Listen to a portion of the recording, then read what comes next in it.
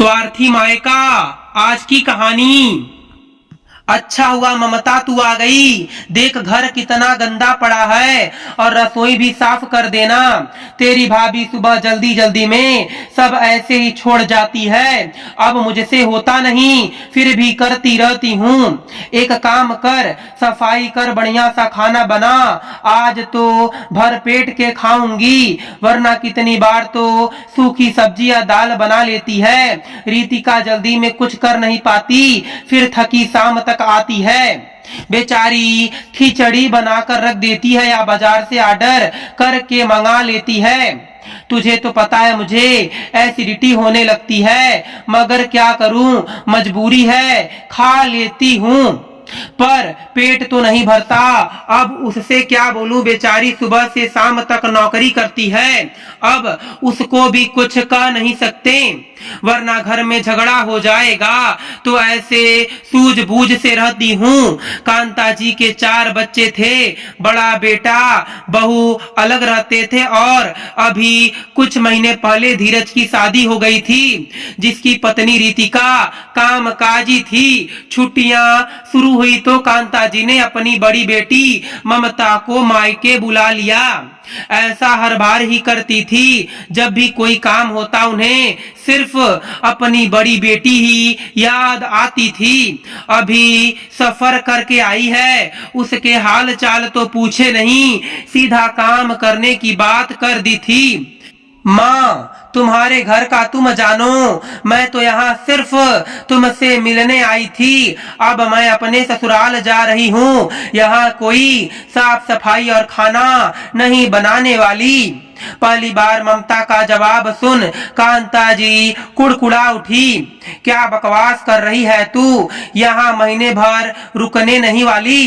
देख घर की हालत कैसी हो रही है। माना बेटी की जिम्मेदारी मायके के प्रति होती है तो क्या शादी करते ही माँ बाप की जिम्मेदारी बेटी के प्रति खत्म हो जाती है। आपने जब कहा तब आपकी दुख बीमारी में मैं आपके साथ खड़ी रही। अपनी ससुराल और घर के काम छोड़कर मायके में आपके कहे अनुसार हर काम किया, मगर मुझे क्या मिला? बेइज्जती, भेदभाव। ममता कैसी बहकी बहकी बातें कर रही है। क्या बेइज्जती कर दी मैंने तेरी? अब जैसा घर है वैसा ही रहेंगे। और क्या तेरे को भूखा मारते हैं यहाँ पर? मायके में काम नहीं करना, पर फालतू बातें ना सुना। मैं सीधे सीधे बताऊं तो काम चोरी आ गई है तेरे मन में। बस माँ, बंद करो अपनी बकवास। आपको शर्म नहीं आती हर बार मुझसे उम्मीद अपेक्षाएं करने में? इतने सालों में आप यही करती आ रही हैं मेरे साथ। पहले भी हमेशा कहती थी ये तेरे छोटे भाई बहन हैं, इनका ध्यान रख। तू बड़ी है, माँ की तरह इनका ध्यान रख। आज यही भाई बहन नया सामान लेते हैं, घूमने जाते हैं, बर्थडे एनिवर्सरी पार्टियां करते हैं, कभी नहीं बोलते ना बताते। 12वीं के बाद तो मैं आपको बोझ लगने लगी। हर जगह एक ही बात कहती कि जल्दी से लड़का मिल जाए तो इसके हाथ पीले कर दूंगी। गांव में भी कर सकती हूँ, बस लड़का मिलना चाहिए। पढ़ाई छुड़वाकर घर पर बैठा दिया, घर के काम करवाती रही। इसी वजह से आज मेरी पूरी जिंदगी झाड़ू पोछा बर्तन कपड़े धोने में ही निकल रही है। जब आपकी छोटी बेटी और दामाद आते हैं तब आपके घर के नए बर्तन कप प्लेट सेट बढ़िया बढ़िया निकल जाते हैं। जब मैं मेरे बच्चे और पति आते हैं तो जो भी हो उसी में संतोष कर लेते हैं। यहाँ तक कि आपके बड़े दामाद तो जमीन पर बिस्तर बिछाकर ही सो जाते हैं। इतने सालों से और छोटे दामाद के लिए कमरा सजाया जाता है। रिश्तों के बीच कई बार छोटी छोटी बातें बड़ा रूप ले लेती हैं। ये सोच मैंने सहन किया। मगर हद तो तब हो गई जब धीरज की शादी में आपने 2 महीने पहले से मुझे बुलवा कर सब काम करवा लिए और सबसे बोला सारा काम आपके बड़े बेटा बहू ने किया है, जबकि धीरज की पत्नी के पास तो समय ही नहीं था। नौकरी जो करती थी मैडम, मगर आपके पास तो एक फ्री की नौकरानी थी ना, जो अपना घर परिवार ससुराल सब छोड़कर आपके पास आएगी और आपके घर के सब काम निपटा देगी और आपकी हर बात पर चुपचाप हाँ में सर हिला देगी। और तो और यह सब बातें तो मैं आज ही ना बोल पाती अगर मेरी बेटी रुचि ने उस दिन मुझे यह एहसास ना करवाया होता। माँ, आप अपनी दी गई शिक्षा खुद कैसे भूल जाती हो। धीरज मामा की शादी के बाद अचानक बेटी रुचि ने रसोई में आकर जब ममता से सवाल किया तो ममता आश्चर्य से बोली, किस शिक्षा की बात कर रही हो बेटा? वही जो आप हमेशा दोनों बहनों को देती हैं। पहला मिलजुल कर काम करना चाहिए, ये नहीं कि रुचि बड़ी है तो हमेशा वही रूपाली का ध्यान रखेगी। रूपाली को भी बराबर काम करने को बोलती हैं, इसलिए हम दोनों बहनें मिलजुल कर अपना काम साफ साफ करते हैं, कपड़े जमाती हैं, खाना परोसने में आपकी मदद करवाती हैं, दोनों को एक जैसा प्यार और दुलार करती हैं।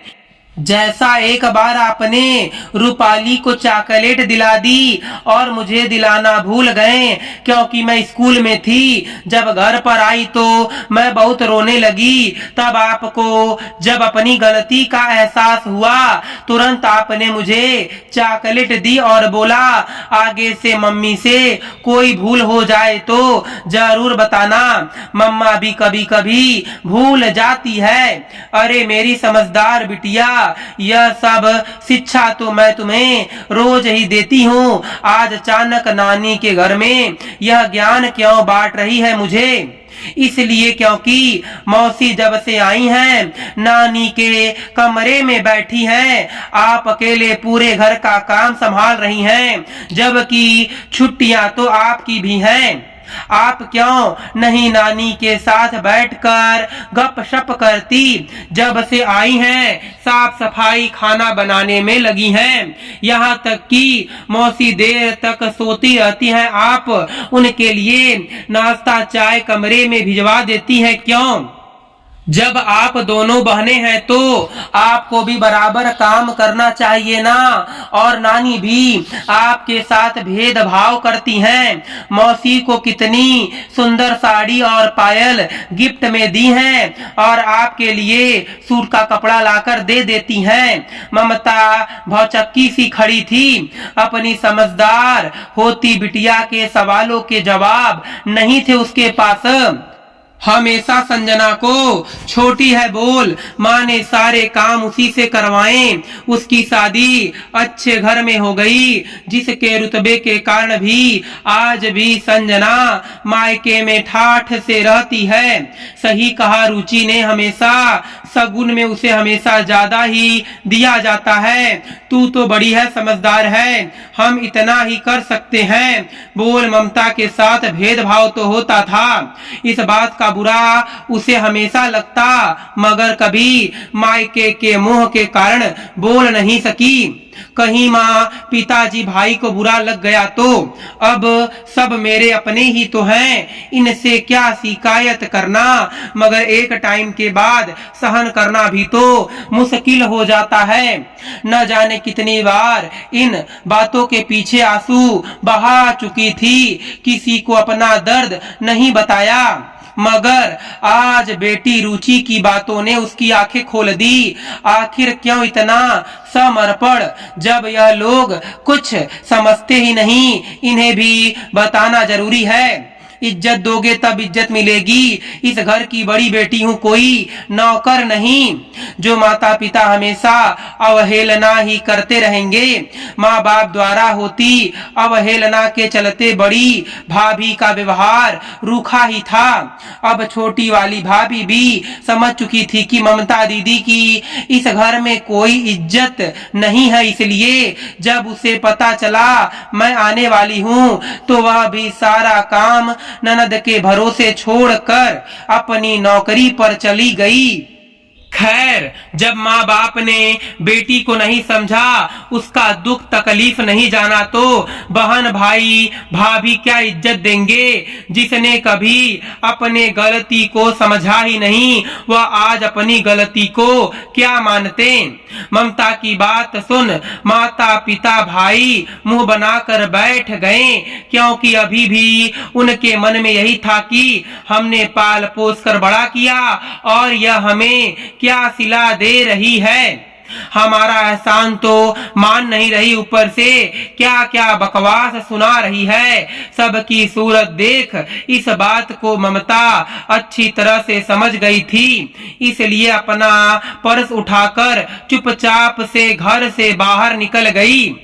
ऐसे माँ बाप और मायके से मोह खत्म कर अपने आप को अच्छा महसूस कर रही थी। मित्रों, मैं उम्मीद करता हूँ कि आपको यह कहानी पसंद आई होगी। फिर मिलेंगे आपसे अगली कहानी में। आप सभी का धन्यवाद।